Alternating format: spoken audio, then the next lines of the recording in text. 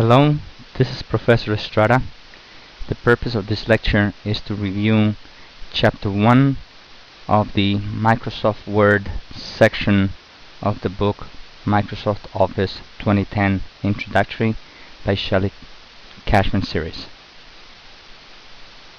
Before we get started, let's make sure that my screen and your screen look the same. So the first thing that I would like you to do is to make sure that you have the print layout view. You can do that in a couple of ways. One is you could go to the View tab, click on it, and make sure you have the print layout. Okay, let me go back to the Home tab. Another way is to look on the bottom right hand corner. You're going to see some icons towards the right bottom hand right corner, and you should see print layout in here. If it doesn't, then just click print layout. The next thing is to make sure that you have the normal style. So in the Home tab, look at styles, and then you should have the normal as the one that is highlighted right now. If it's not, then click on it. What we're going to try to accomplish in this project is to create a flyer. So the first thing that we're going to do is to type in the text that we need for this flyer. So while the cursor is inside, blinking inside the page, type in found dog. Then press enter. As you work with Microsoft Word, you may not realize it, but you're giving orders that do not get typed into the document.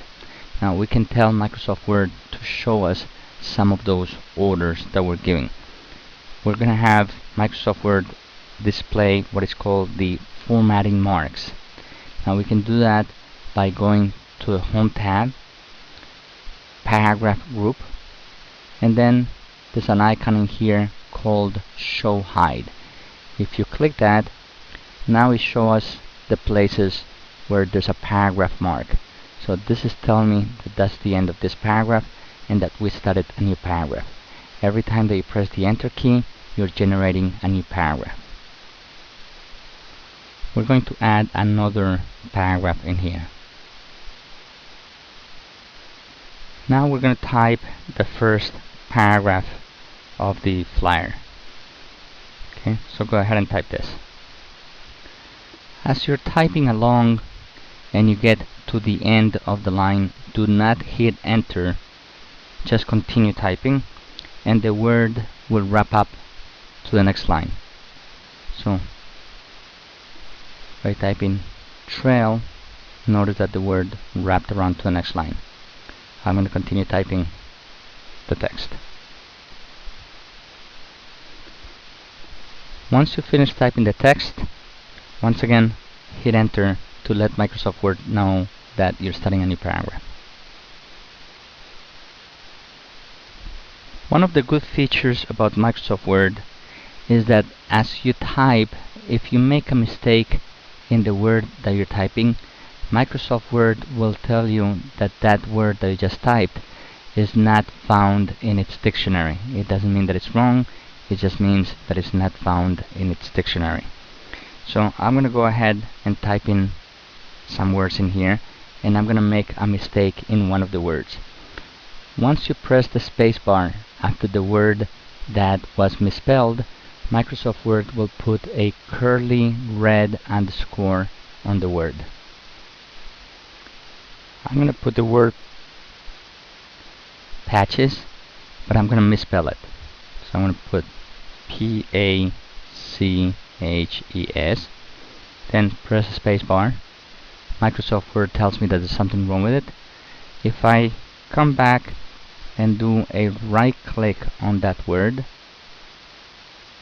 Microsoft Word gives me options.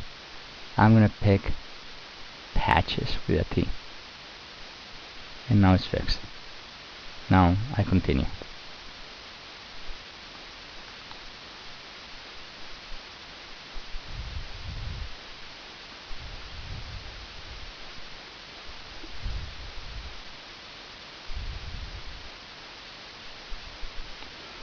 Once you finish this line, hit enter and continue typing the other 3 lines. Once we've completed typing the text, we realize that what we have right now is a very plain looking flyer. So what we need to do right now is to make it look pretty by playing around with the formatting of the document. The first thing that we're going to do is to go back to the first line. So I'm going to click anywhere within the first line. Now, when you work with paragraphs, leaving the cursor inside the paragraph tells Microsoft Word that if you ask anything that has to do with the whole paragraph, it will apply to a paragraph regardless as to where the cursor is. So if I would like to have this be centered, as long as the cursor is anywhere in here, if I go to the paragraph group in the Home tab, and then I look for the icon that says center, I can click center, and now my title is centered. The last line, which is called the signature line, we also need to have centered. So again, I'm going to point and click anywhere within the paragraph, and then I could click right here. Now, when you point at the icon in here, it says that you could also press Ctrl E to make the text look center. So that's what I'm going to do. From the keyboard, while the cursor is pointing, while the cursor is inside the word, I'm going to do Ctrl E on the keyboard, and it does exactly the same thing as pointing and clicking at this icon. The next thing that we're going to do is that we're going to change the way found dog, the first line, actually looks. So we need to select that first line. There's many ways to select a line in Microsoft Word. If you point to the area for the margins, notice that the mouse pointer now changes into that right pointing arrow. Now if you point at the height of the row that you want to select, you just give it one click and that selects that one line. The next thing that we would like to do is to make the size of the text to be 72 points. Now, there's many ways that I could do this. Notice that when I did the right click over here, I get this mini toolbar, which if I get closer to it, it changes color. Okay, it gets darker. I could go in here and change the size of the font. I can also go up here and change the size of the font, or I can also do this from the keyboard. It says right here that I could press Ctrl Shift P. The way I'm going to do it is to click right here, and if I click the arrow, it gives me some preset sizes. Now I'm going to pick the 72 points from here. The font that was given to me by default is one called Calibri. Now I would like to change the font to one called Arial Rounded MT Bold. Now once again, I could go here, click this arrow. It also tells me that I could do the same thing with Ctrl Shift F.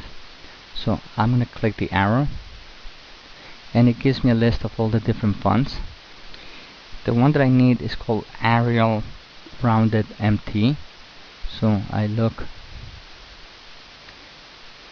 When I look in my list, I see that on this particular computer I don't have Arial Rounded MT Bold, but the book says that you can pick something similar to it. So I'm going to pick the Arial Black.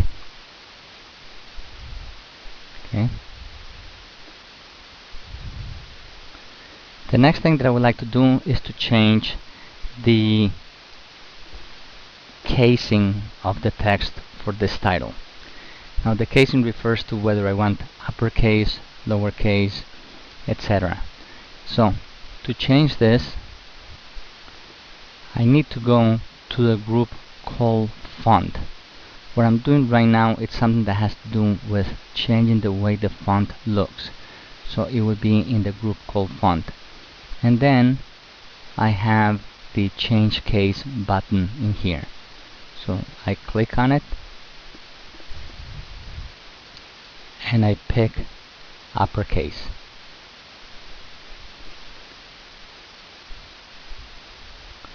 Since I had picked a different font, my font in here is bigger and it doesn't fit in a single line.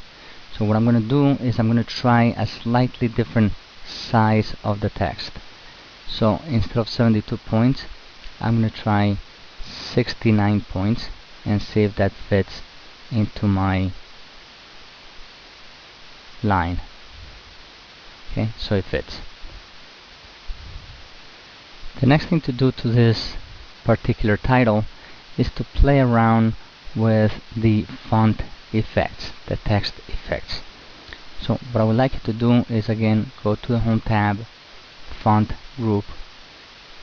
The icon that shows an A like it's glowing, it's the text effects. Click the arrow next to it, and we would like to pick the one called White Gradient Outline Accent 1. So click on that one.